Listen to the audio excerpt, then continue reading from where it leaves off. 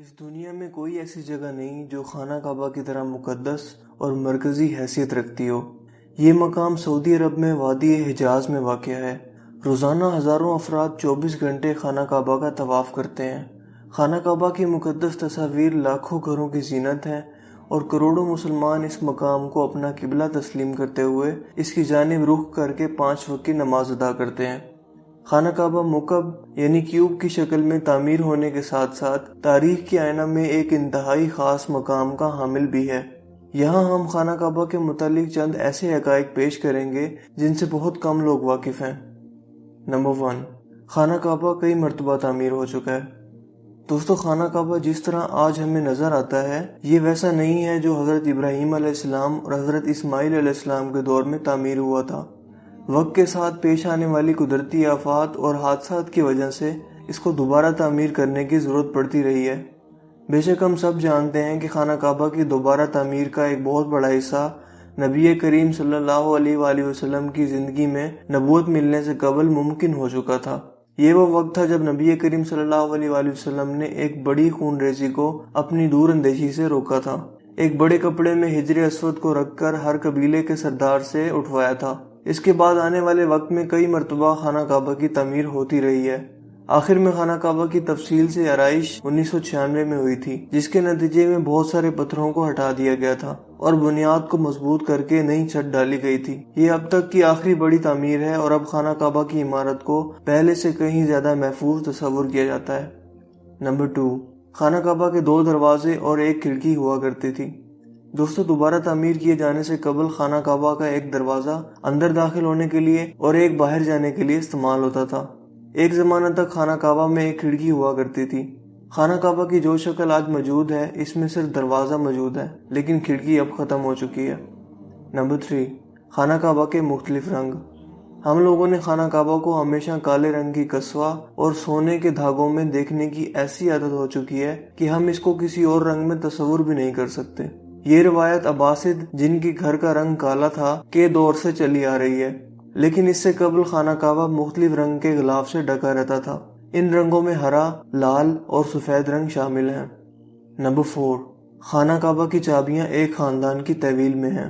فتح مکہ کے وقت نبی کریم صلی اللہ علیہ وآلہ وسلم کو خانہ کعبہ کی چابیاں دی گئی تھیں، لیکن بجائے اس کے کہ آپ صلی اللہ علیہ وآلہ وسلم یہ چابیاں اپنے پاس رکھتے، آپ صلی اللہ علیہ وآلہ وسلم نے یہ چابیاں بنی شائبہ خاندان کے عثمان بن طلحہ کو واپس کر دیں۔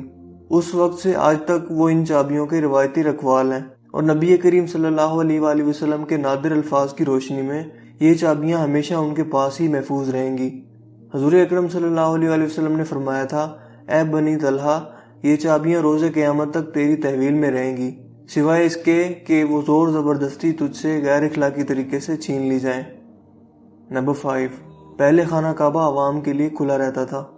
دوستو، پہلے خانہ کعبہ ہفتہ میں 2 مرتبہ عوام کے لیے کھلا ہوتا تھا اور کوئی بھی خانہ کعبہ کے اندر داخل ہو کر عبادت کر سکتا تھا، لیکن موجودہ زمانے میں زائرین کی تعداد زیادہ ہونے کی وجہ سے اور دوسری وجوہات کی بنا پر خانہ کعبہ کو اب سال میں صرف 2 مرتبہ کھولا جاتا ہے اور اس میں صرف اعلیٰ شخصیات اور خاص مہمان ہی داخل ہو سکتے ہیں۔ نمبر 6، خانہ کعبہ کے آس پاس تیراکی کی جا سکتی تھی۔ دوستو، خانہ کعبہ کے وادی کے نچلے حصے میں ہونے کی وجہ سے دیگر مسائل میں سے ایک مسئلہ یہ بھی تھا کہ جب بارش ہوا کرتی تھی تو وادی میں سیلاب آ جایا کرتا تھا۔ یہ مکہ جیسے شہر کے لیے کوئی انوکھی بات نہیں تھی، لیکن یہ بات دوسرے مسائل کی وجہ بنتی تھی۔ اس وقت یہاں سیلاب کی روک تھام اور نکاسی آب کا نظام موجود نہیں تھا۔ بارش کے آخری دنوں میں خانہ کعبہ پانی میں آدھا ڈوبا رہتا تھا، اور یقیناً یہاں پر آپ کے ذہن میں ایک سوال آتا ہوگا کہ کیا اس وجہ سے طواف کعبہ رک گیا تھا؟ ہرگز نہیں، مسلمانوں نے کعبہ کے ارد گرد تیراکی شروع کر دی تھی۔ نمبر 7، تزئین و آرائش کروانے والے حکمرانوں کے نام کی تختی۔ کئی سال تک بہت لوگ اندازہ لگاتے رہے کہ خانہ کعبہ اندر سے کیسا نظر آتا ہے۔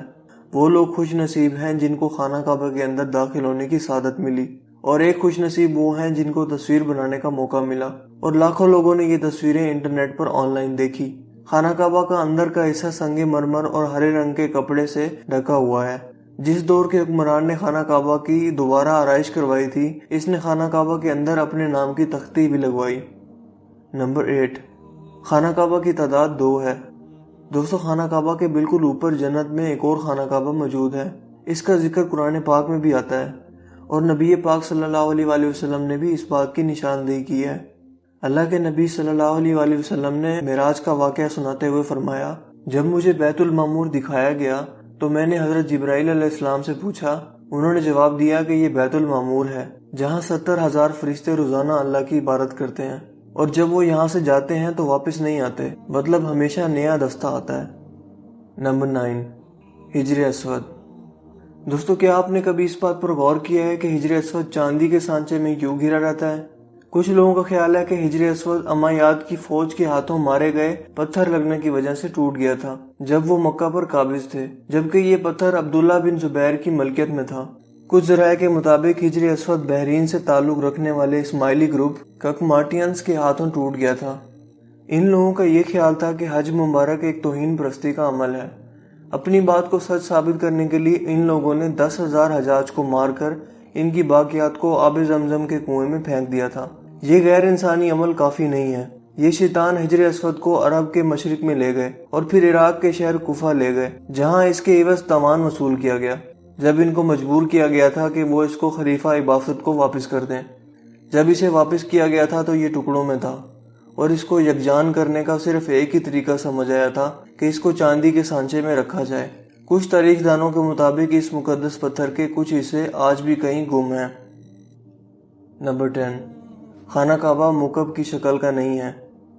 مکعب کی شکل یعنی سکوئر سے مشہور خانہ کعبہ دراصل مستطیل کی شکل کا ہے۔ خانہ کعبہ کبھی بھی مکعب کی شکل کا نہیں تھا۔ اس کی اصل زاویے کے مطابق یہ ایک آدھا گول حصہ ہے جس کو حجر اسماعیل کہا جاتا ہے۔ نبی کریم صلی اللہ علیہ وآلہ وسلم کو نبوت ملنے سے پہلے جب خانہ کعبہ کی دوبارہ تعمیر ہوئی تھی، تب قریش نے اس بات کی حامی بھری تھی کہ وہ حلال کمائی سے ہی اس کی تعمیر مکمل کریں گے۔ اس کا مطلب یہ ہے کہ جوئے، لوٹ مار، جسم فروشی اور سود جیسے حرام کاموں سے کمایا ہوا پیسہ استعمال نہیں ہوگا۔ قریش اتنے امیر تجارتی شہر میں ہونے کے باوجود اتنی رقم جمع کرنے میں ناکام ہو چکے تھے جو خانہ کعبہ کی تعمیر اس کے اصل سائز اور رقبہ کے حساب سے کر سکیں۔ انہوں نے خانہ کعبہ کی چھوٹی عمارت تعمیر کی اور اس کی دیواریں مٹی کی اینٹوں سے بنائی، جس کو حجر اسماعیل کہا جاتا ہے، حالانکہ اس کا حضرت اسماعیل سے کوئی تعلق نہیں، جو کہ خانہ کعبہ کے حقیقی قطر کی جانب اشارہ کرتی تھی۔ اپنی زندگی کے آخری حصہ میں حضرت محمد صلی اللہ علیہ وآلہ وسلم نے خانہ کعبہ کی دوبارہ تعمیر کا ارادہ کیا تھا، مگر یہ عظیم فریضہ انجام دینے سے پہلے ہی آپ صلی اللہ علیہ وآلہ وسلم جہاں فانی سے کوچ کر گئے۔ خلیفہ عبداللہ بن زبیر کے دور حکومت کے چند سال کے مختصر وقفہ میں خانہ کعبہ اپنی اسی شکل میں موجود تھا جس میں نبی پاک صلی اللہ علیہ وآلہ وسلم